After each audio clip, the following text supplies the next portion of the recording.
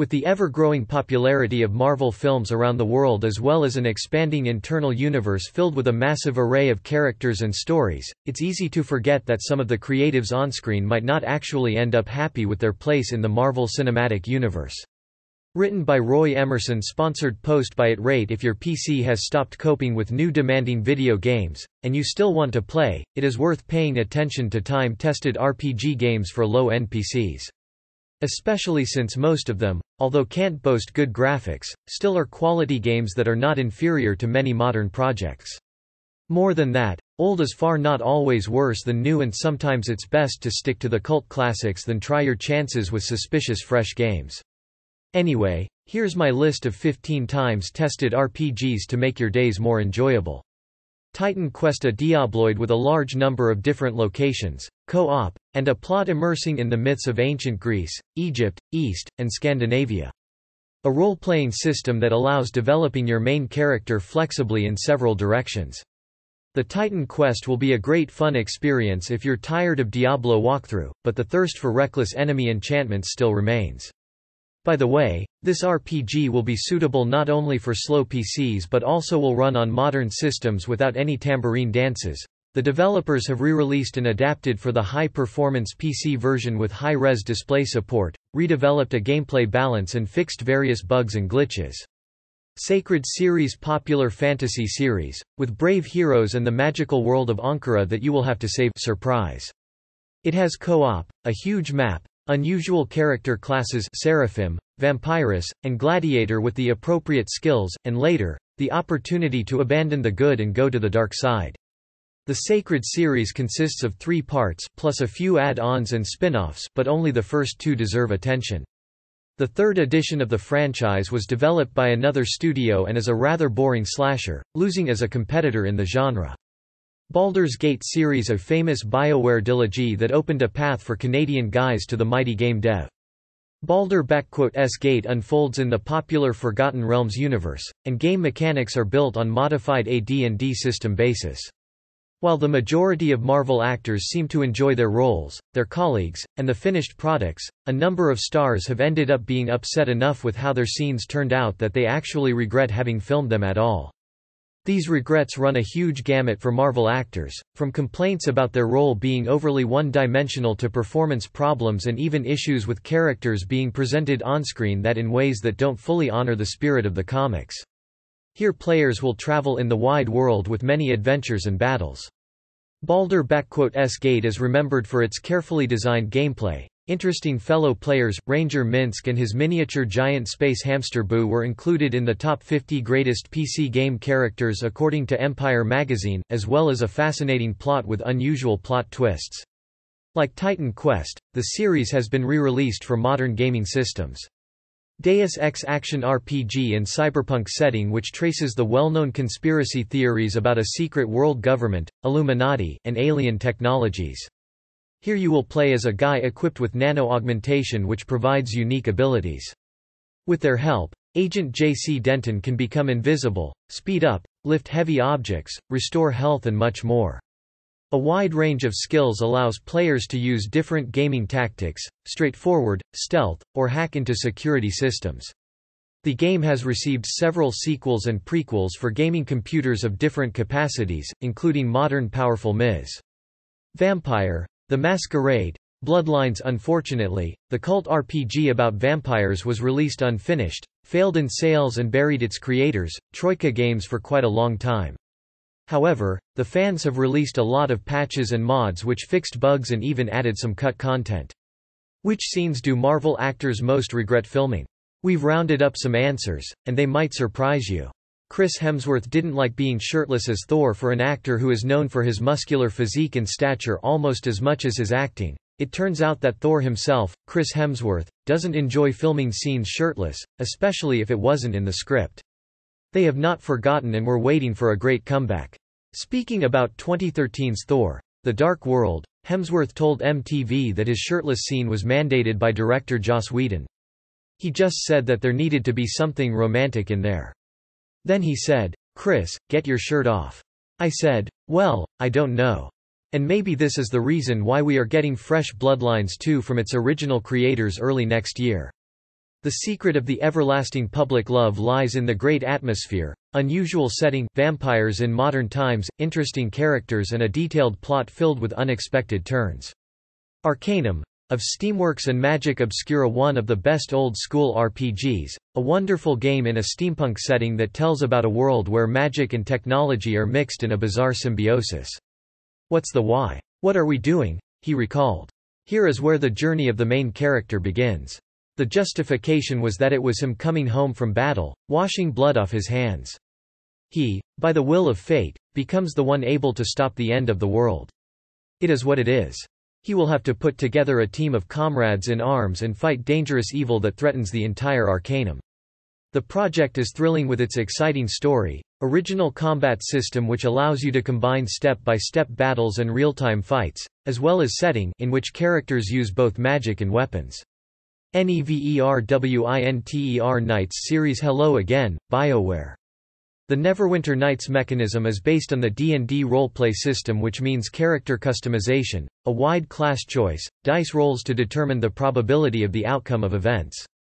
The plot, as always, is stuffed with epic. Here we have powerful artifacts, discoveries, dragons, and saving the world.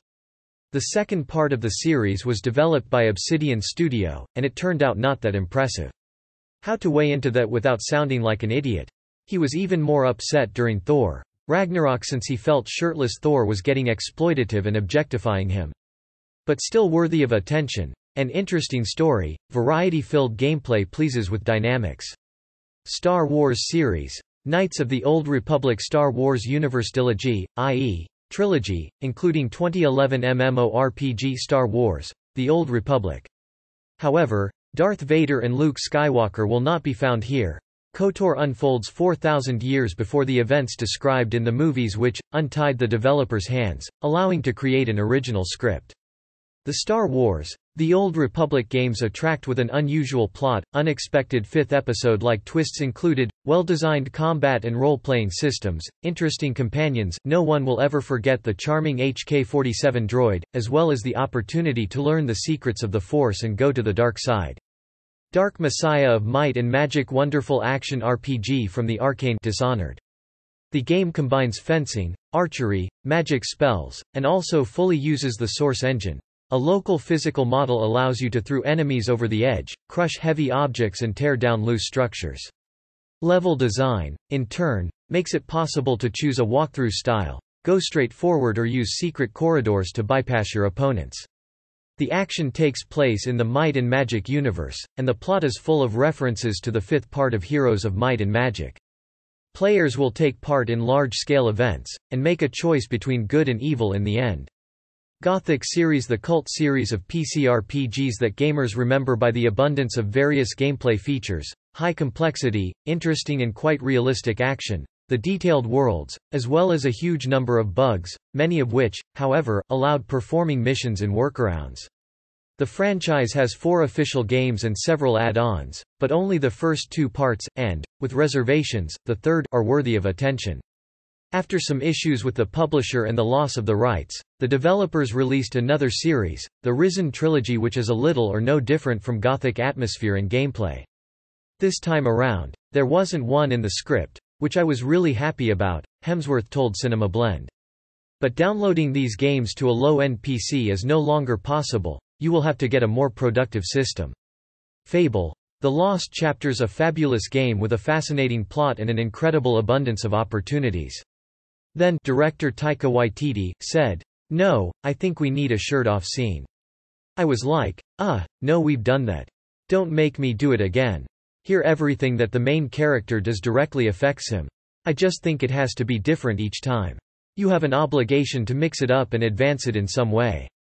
Josh Brolin didn't like killing Loki. Avengers: Infinity War opens with a fierce battle between Hulk, Mark Ruffalo, Loki, Tom Hiddleston, Thor, Chris Hemsworth, Heimdall, Idris Elba, and Thanos, Josh Brolin, as they unsuccessfully try to pry the Power Stone from Thanos' hand.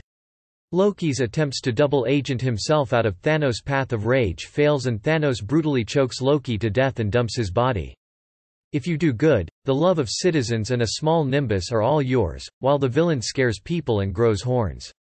A glutton becomes fat, A warrior with a heavy sword builds muscles, and a drunkard will constantly swing. More than that, in Fable, the lost chapters you can literally live, buy a house, marry, give birth and raise a child. Just do not be surprised if, after long wanderings around the world, your second half will get tired of the constant waiting and want to divorce.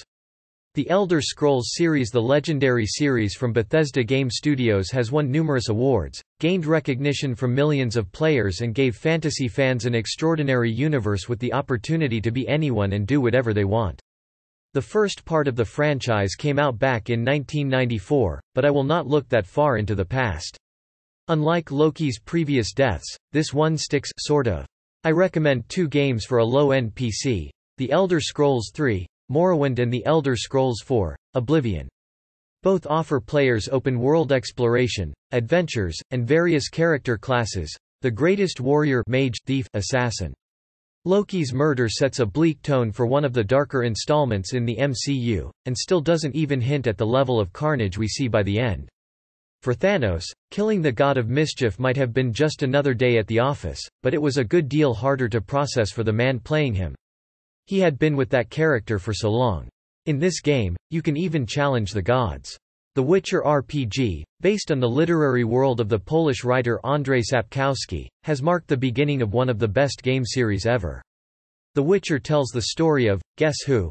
The Witcher Geralt, highlighting the events that unfold after the plot of the book saga. The main character will have to fight monsters, perform various tasks and make many difficult decisions that may have far-reaching consequences. Fans of the literary works will meet many familiar characters in The Witcher, visit famous locations and find references to the events described in the books. However, the game has a completely independent story, that's why it will be no less interesting for those who are not familiar with the original source. Diablo series Diablo games are great for PCs of all categories. The first and second parts are for old PCs, the third is for modern. And he's so lauded for doing it, Brolin told USA Today. Tom was so vulnerable at that moment. Here, gamers will face endless battles in a dark fantasy setting with the obligatory saving the world. The first part of the game takes players to the dungeons located under the city of Tristram, where hordes of assorted monsters settled, and Diablo itself dwells at the lowest level. The sequel is more diverse in terms of locations. Here you can visit swamps and deserts, clear out gloomy dungeons and even go to hell. Literally. In addition, Diablo 2 contains cooperative and competitive multiplayer. Fallout series, a legendary franchise that takes us to a post-apocalyptic world that has survived a nuclear war. So choking him out wasn't the most fun thing I have ever done. Glad to hear Brolin is only a monster on-screen. Jeremy Renner was unhappy with zombie Hawkeye scenes from the first Avengers movie. The on-screen version of Clint Barton, aka Hawkeye, has often come under fire for being rather vanilla in terms of character development. But none of these criticisms were what Hawkeye actor Jeremy Renner had a problem with when it came to his scenes in the first Avengers film. Hawkeye has barely been on-screen long enough to establish a presence for himself before he's put under Loki's spell. Here, in the radioactive wastelands, people were able to survive and build a kind of civilization with its laws different from the fabric of modern society. Fallout games are valuable, first of all, because of their complete freedom of action. From the very first minutes, the player is free to send the main character wherever she wants, perform tasks in various ways, use brute force, rely on stealth, or peacefully settle all conflicts using a silver tongue. The game has an original visual style with mixed post-apocalypse and retro-futurism, a great adventure atmosphere and unique black humor. For low-end PCs, the first and second parts of the franchise will work just fine. Talking to Games Radar, Renner said, "For 90% of the movie, I'm not the character I signed on to play." Fallout 3 and Fallout New Vegas can be recommended for average systems, but only the owners of modern PCs can enjoy the graphic beauty of Fallout 4. Author bio: Roy Emerson is a technology enthusiast, a loving father of twins, a programmer in a custom software company. It's kind of a vacancy. He's not even a bad guy, because there's not really a consciousness to him. Editor-in-chief of it-rate.co, greedy reader and gardener. To take away who that character is and just have him be this robot, essentially, and have him be this minion for evil that Loki uses. I was limited, you know what I mean. I was a Terminator in a way. Fun stunts. But is there any sort of emotional content or thought process? No. Leah Thompson said Howard the Duck was painful long before Howard the Duck made brief cameos in 2014's Guardians of the Galaxy and 2017's Guardians of the Galaxy Volume 2. He made his full-length feature film debut in 1986's descriptively titled Howard the Duck.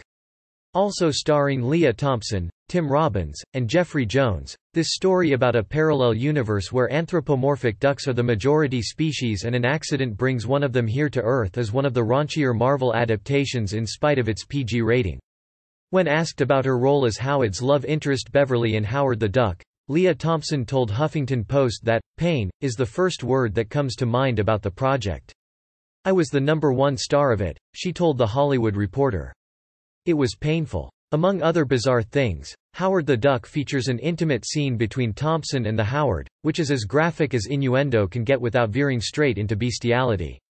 In the same interview she revealed she initially turned down the now classic John Hughes film Some Kind of Wonderful, but quickly signed on after Howard the Duck bombed.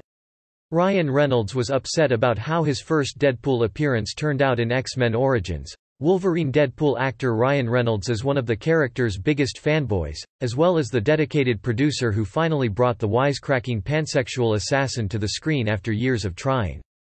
But it's easy to forget that Reynolds played Wade Wilson Deadpool years before his solo film, with a small role in X-Men Origins, Wolverine that's supposed to lead into Reynolds' own Deadpool movie.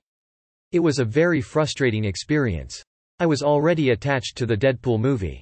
We hadn't at that point written a script yet. Origins came along and it was sort of like, play Deadpool in this movie or we'll get someone else to, Reynolds told People magazine. And I just said, I'll do it, but it's the wrong version. Deadpool isn't correct in it. To make matters worse, X-Men Origins was filming during the writers' strike of 2007 and 2008, so Reynolds had to write his own lines. So we were in the middle of production, there were no writers, no anything. Every line I have in the movie I just wrote myself because in the script we had, it said, Wade Wilson shows up, talks really fast. I was like, what? What am I supposed to do with that?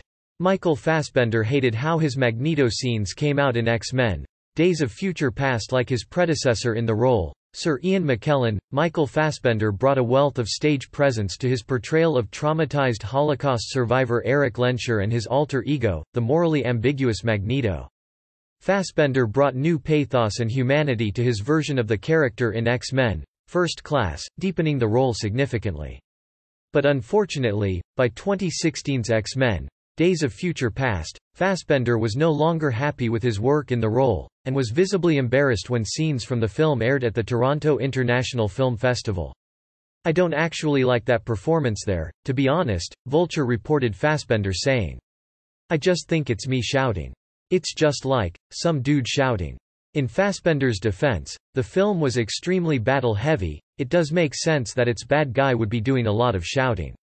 Jessica Alba regrets making Fantastic Four. Rise of the Silver Surfer. The Fantastic Four franchise has struggled with a series of setbacks and disappointments, like the ones experienced by Jessica Alba, who almost quit acting after suffering the indignity of an insensitive director while playing Sue Storm in 2007's Fantastic Four. Rise of the Silver Surfer. The director was like, it looks too real. It looks too painful. Can you be prettier when you cry? Cry pretty, Jessica. He was like, don't do that thing with your face. Just make it flat. We can CGI the tears in, Sci-Fi quoted Alba as saying. And I'm like, but there's no connection to a human being. And then it got me thinking, am I not good enough?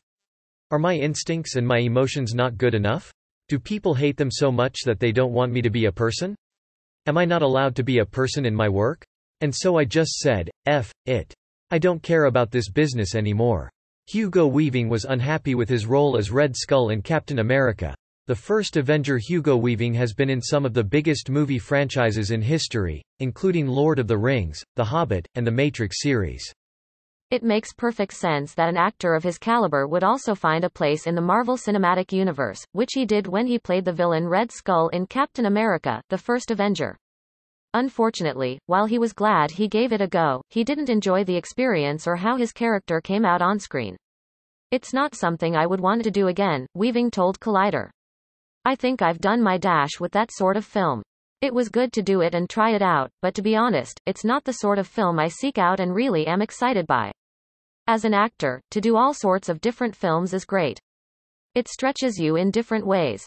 But, I increasingly like to go back to what I used to always do, which is to get involved with projects that I really have a personal affiliation with. Weaving added that he signed a multi-picture deal and said Marvel could have forced him to reprise the role, but also pointed out the silliness of forcing a performer to show up for a project they don't want to be in. Mickey Rourke regretted his role in Iron Man 2. Mickey Rourke was an absolute scene-stealer as Ivan Vanko, aka Whiplash, in Iron Man 2. Ivan Vanko's father Anton worked with Tony Stark's Robert Downey Jr. father to develop Stark Industries' arc reactor. After Anton wanted to sell the technology for profit, Howard Stark, John Slattery, had him deported back to Russia, where he was sent to a Siberian gulag and died. Ivan carried a grudge against the Starks while developing the technologies he ultimately used to strike back against Iron Man. Rourke brings an underlying empathy and humanity to his role that makes his performance incredibly compelling, but he told Screen Rant that the way Ivan Vanko was written was far too one-dimensional for his taste. The bad guy doesn't always have to be one-dimensional, you know. It's to try to find layers and reasons to justify why he is what he is, Rourke argued. The performance I tried to bring to Vanko ends up on the F***ing floor. That could cause you not to care as much. Not to want to put that effort in when you try to make it an intelligent bad guy or a bad guy who justifies what his reasons are. So I fight for that all the time. This character was hard because he was written as pure evil. Idris Elba felt Heimdall was absurd. Multi-talented Idris Elba has his hands in a number of different creative ventures, quite literally. A well-known DJ, he travels the world playing various clubs and festivals in the midst of his thriving career as a film and television actor. But unlike many of his colleagues who love being part of the Marvel Cinematic Universe, Elba told The Telegraph that his MCU movies became a chore, specifically after filming Avengers: Age of Ultron, when his head was all over the place. After spending 8 months in South Africa making the Nelson Mandela biopic Mandela, Elba added that coming back to shoot scenes for Thor: The Dark World was torture, explaining, "I'm actually falling down from a spaceship, so they had to put me in harness in this green screen studio. And in between takes I was stuck there, fake hair stuck onto my head with glue, this ******ing helmet, while they reset. And I'm thinking, 24 hours ago, I was Mandela. ... Then there I was, in this stupid harness, with this wig and this sword and these contact lenses. It ripped my heart out." Andrew Garfield regretted both of his Spider-Man movies. Tobey Maguire and Andrew Garfield both played Spider-Man within a few years of each other, but only Andrew Garfield came out and said that he thought his scenes and character development in The Amazing Spider-Man were all wrong. During a Variety Actors on Actors segment when he was interviewed by Amy Adams, Garfield said, "I signed up to serve the story, and to serve this incredible character that I've been dressing as since I was 3, and then it gets compromised and it breaks your heart. I got heartbroken a little bit to a certain degree." He blamed this on the big-budget nature of the movies as well as the capitalist machine that is more interested in making money than content, further noting, "I was still young enough to struggle with the value system, I suppose, of corporate America. Really, it's a corporate enterprise mostly." All's well that ends well. Garfield exited the role after a pair of films and was replaced by another British actor, Tom Holland, who took up the web shooters starting with Captain America: Civil War. Edward Norton hated how his version of the Hulk turned out. Marvel took a long time trying to find a version of Hulk that worked for audiences and critics alike before finally hitting pay dirt with Mark Ruffalo's portrayal. Before Ruffalo took the part, the studio suffered a disappointment with The Incredible Hulk in 2008, which starred Edward Norton as the title character. In comments reported by comicbook.com, Norton told the audience at Bruce Willis' Comedy Central roast that he had problems on the set because he wanted a better script. He's claimed that he was invited to help improve the script but Marvel reneged. Either way, the end result failed to live up to expectations. The bad blood between Marvel and its erstwhile Hulk actor is apparently mutual. "We have made the decision to not bring Ed Norton back to portray the title role of Bruce Banner," the studio said in a statement prior to the release of 2012's Avengers movie. "Our decision is definitely not one based on monetary factors, but instead rooted in the need for an actor who embodies the creativity and collaborative spirit of our other talented cast members." Norton clearly wasn't the only one who regretted his work on The Incredible Hulk. Ben Affleck says Daredevil was his biggest career mistake before he played DC's Batman. Ben Affleck starred in one of the lesser-loved Marvel adaptations as lawyer by day, vigilante by night Matt Murdock, also known as Daredevil. Unlike other Marvel-inspired bombs that turned into cult classics, Affleck's Daredevil has yet to be re-evaluated. In fact, it's mostly been forgotten, and its star doesn't mind one bit. In comments to Playboy magazine, via Business Insider, Affleck said, "The only movie I actually regret is Daredevil. It just kills me. I love that story, that character, and the fact that it got F'd up the way it did stays with me. Maybe that's part of the motivation to do Batman." Unfortunately, when he was announced as the new Batman, it was his performance in Daredevil that had fans concerned about his ability to pull off the role. "If I thought the result would be another Daredevil, I'd be out there picketing myself," he laughed at the time. "Why would I make the movie if I didn't think it was going to be good and that I can be good in it?